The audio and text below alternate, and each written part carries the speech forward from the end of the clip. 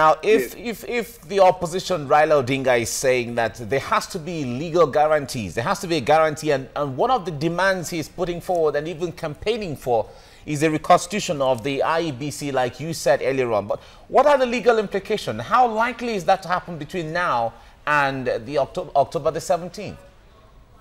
Well, some of the demands by Raila are achievable, some are problematic. The ones that are achievable include a transparent process in election management. That should be achievable. Include declaration of results with finality at the constituency. That is achievable. Include provision of results at the polling station and at the constituency tallying centers to all agents. That is achievable. Include allowing domestic and international observers to monitor election management. That is achievable. However, what Raila Odinga is demanding, which may be problematic because it depends on the goodwill of the Electoral Commission, is demanding that the people who are responsible for managing the election should resign. Now, those people, the Chief Executive Officer, has refused to resign. He has said he is happy to improve election management, but is not going to resign.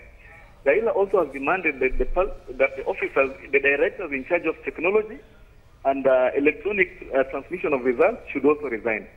That person has refused to resign. He has also demanded that some sections of commissioners whom he has named that were collaborating with Jubilee, President Uhuru's party, should also resign. Now, these key officers have refused to resign. What he has said is that in the absence of their resignation, he is not going to that election. Now, the way forward for the country is that we must reach a level where political actors can build consensus and say, can we innovate within the challenges? Assuming that these officers resign and you bring in new officers, there is no time, first of all, to recruit senior commissioners for election management. Even if there was time, the president is not allowed under the constitution, because he's exercising what is considered temporary incumbency, is not allowed to appoint new commissioners. So there's a challenge in which new commissioners may assume office. Then on the key staff at the elections body, who can easily be replaced, the challenge concerning them is that if you bring in new people who don't understand the infrastructure. All right, Barrister. And the technique, yes. Indeed, of course, some of the demands are quite difficult, contentious, and time-consuming, really. But then, some lawyers in your country have said that if all the demands are not met and then somehow the election doesn't hold as fixed, that President Uhuru Kenyatta is legally backed to stay on in power till 2022 and could still stand for rerun after that. Is that constitutionally acceptable? And tell us the legal implication of this, really.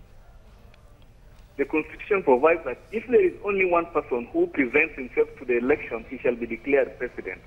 So it is true that if Raila Odinga withdraws from the election, that shall only leave one person who is the president, and he shall be declared elected, and there will be no need for election.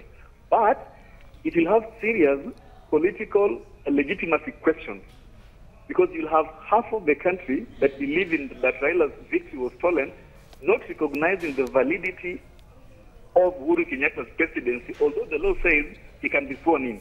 But in his ability to govern the country, that will be cast into significant doubt, and Kenya will be looking forward to serious political turmoil going into the future. True.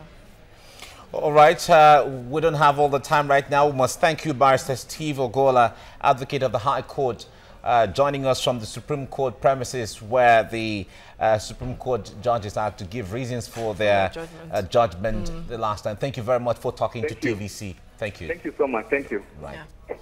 Now, those were live feeds you were seeing earlier on from the Supreme Court in Nairobi. We await, as we monitor the outcome. The judges are supposed to give out the reasons for the annulment of the presidential election and the way they judged and all of that. Now, Kenyans are waiting patiently to get the outcome and to know way forward. And they've shown a very good example, really, to the rest of Africa, especially Nigeria, because many people talked about reforms, calling for reforms now since that judgment. we need reforms in the judiciary. And I've been talking about the independence. It takes only an independent judiciary to do that. Yeah, you know. Yes. It's okay. This is where we come to the end of today's edition of the program. We'll be here again tomorrow with other issues. Thank you and have a great day ahead. I am Mike Okwache. Thank you for watching. I am Azizat Olaoluwanan.